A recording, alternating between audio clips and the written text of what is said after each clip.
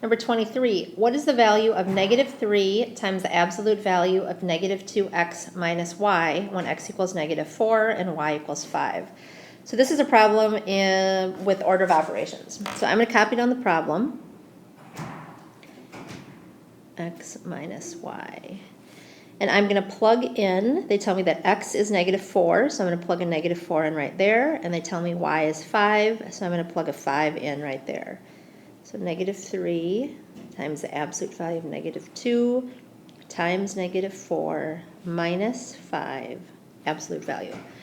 So order of operations, we talked about that GEMDAS, if you remember. You do grouping symbols, exponents, you multiply and divide, remember, left to right, and then you add and subtract left to right. So the first thing that I'm going to do is I'm going to do what's inside my grouping symbols, and those are my absolute values. Think of these as grouping symbols. Remember, the definition of absolute value is the distance a number is away from 0.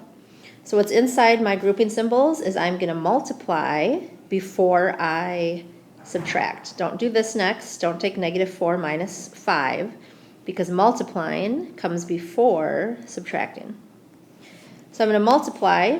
So I have negative 3 times the absolute value. A negative 2 times a negative 4 is a positive 8 minus 5.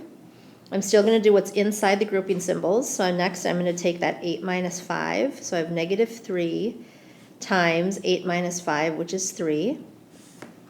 And now I have to do the absolute value. So the absolute value of 3, definition of absolute value again, means how far is this number from 0 on a number line. So this number is 3 away from 0. So this is going to be negative 3, and then these are going to turn into parentheses, right? Because the absolute value of 3 is 3, because this number is 3 away from 0. So I get rid of the absolute values and I turn them into parentheses, and that's going to remind me that I'm going to multiply these two numbers. Right? It's like there was a multiplication symbol here, but they don't actually put that in there, right? So my last step then, I'm just going to move it over here, I would take negative 3 times a positive 3, which would then be a negative 9.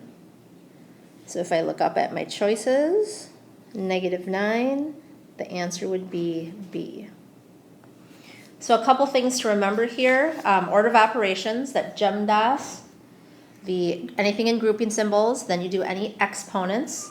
And remember, exponents are like a power, like 2 to the 5th power. That would be an example.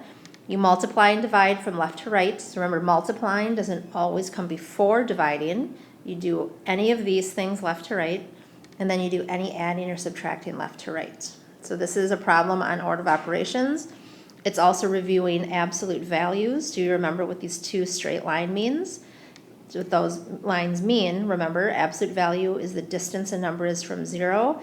And then also evaluating, plugging in values for your variables and then using the order of operations. So number 23, our answer is B.